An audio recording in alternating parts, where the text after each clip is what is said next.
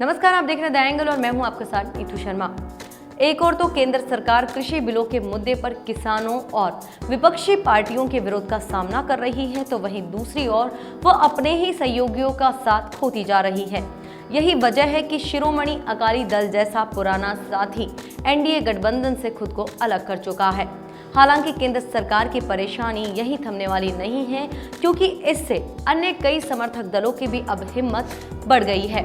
जिससे वे भी अपने आप को गठबंधन से अलग करने की तैयारी में लग गए हैं। केंद्र सरकार ऐसा मानकर चल रही थी कि किसी तरह संसद में कृषि बिलों को पास करवाने के बाद किसानों को भी किसी तरह मनाने में कामयाब हो जाएगी, लेकिन उसकी परेशानी समय के साथ साथ इसलिए बढ़ती जा रही है क्योंकि शिरोमणि अकाली दल तो पहले ही कृषि बिलों के मुद्दे पर उससे बरसों पुराना गठबंधन खत्म कर चुका है और अब एक और किसान पार्टी इसी राह पर चलने की तैयारी में है।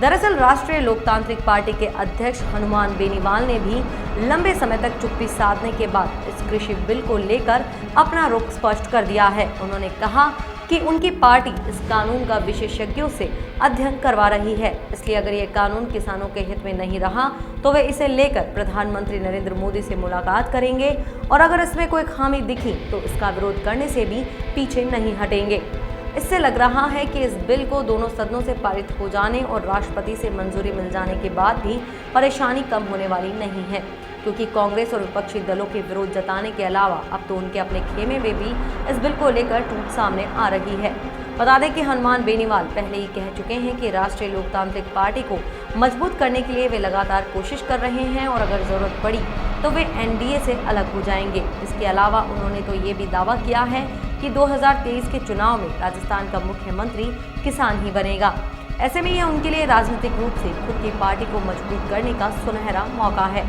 इसलिए वह अगर किसान बिलों का विरोध जताते हैं तो प्रदेश के किसानों को अपना वोट बैंक बनाने में कामयाब हो सकते हैं।